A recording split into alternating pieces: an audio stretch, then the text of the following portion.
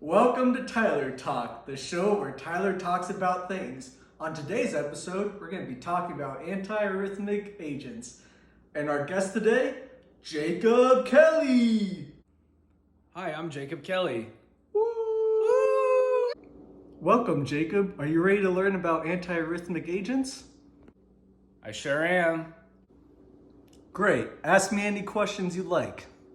I would like to know the class of each drug, their mechanism of action, the rationale for use, and the nursing assessments involved. Yeah, I bet you like to know. Great, let's get started then. Class number 1 is sodium channel blockers. Sodium channel blockers block the sodium channel in cardiac cells. This slows the influx of sodium and decreases the rate of depolarization. As a result, there is a decrease of electrical conductivity of the heart.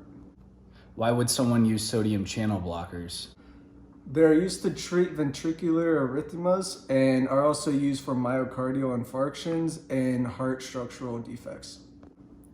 Prior to administering the sodium channel blockers, the nurse has to assess a baseline ECG and also an electrolyte levels for potassium and magnesium. Why is it important to make these assessments prior to use? These baselines are used to measure the effectiveness of the medication, and it will also indicate if there's any adverse effects such as heart block or proarrhythmias and bradycardia.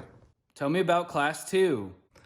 Class 2 is beta blockers. Beta blockers work by blocking the beta adrenergic receptors, and they also decrease the effects of the sympathetic nervous system, which will in turn decrease heart rate and contractility. Beta blockers are used to treat supraventricular arrhythmias and also ventricular arrhythmias associated with heart failure. What would the nurse assess prior to administration? The nurse would assess a baseline for heart rate and blood pressure. This would be used to detect any heart failures such as edema or crackles in the lungs. The nurse would assess for any signs of bradycardia, hypotension, or heart failure because beta blockers can exacerbate these symptoms.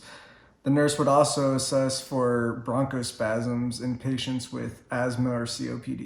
Tell me about class 3. Class 3 is potassium channel blockers. Potassium channel blockers block the potassium channel in cardiac cells. This prolongs the repolarization phase and increases the refractory period.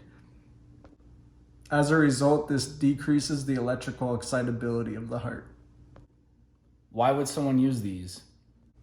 Potassium channel blockers are typically used to treat atrial and ventricular arrhythmias.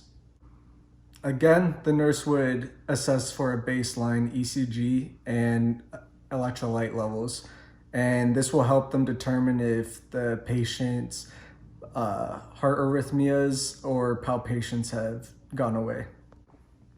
Common adverse effects include dizziness, headaches, GI disturbances, proarrhythmias, and QT prolongation. Tell me about class 4. Class 4 are calcium channel blockers. They block the calcium channel in cardiac cells. This reduces the influx of calcium into the cells and also reduces the effects of contractility and conduction velocity of the heart. These are used to treat supraventricular arrhythmias and atrial fibrillation. The nurse should assess the patient's heart rate, blood pressure, and heart rhythm to establish a baseline before giving the calcium channel blockers. And this will help them detect any signs of hypotension or heart failure. Calcium channel blockers may lower a patient's heart rate and blood pressure and may worsen heart failure symptoms, so it's important to monitor for any changes. Some side effects include constipation, nausea, and other GI symptoms. Do you have a mnemonic so I can remember the classes? Yes, it's stop baking potatoes cold. It's sodium channel blockers, beta blockers, potassium channel blockers, and calcium channel blockers. Wow, Tyler, thank you so much for the information. I always wanted to know more about antiarrhythmic agents. I'm sure you did. Thank you for watching Tyler Talks. On the next episode, I'll be discussing my marriage and why it failed. See you next episode.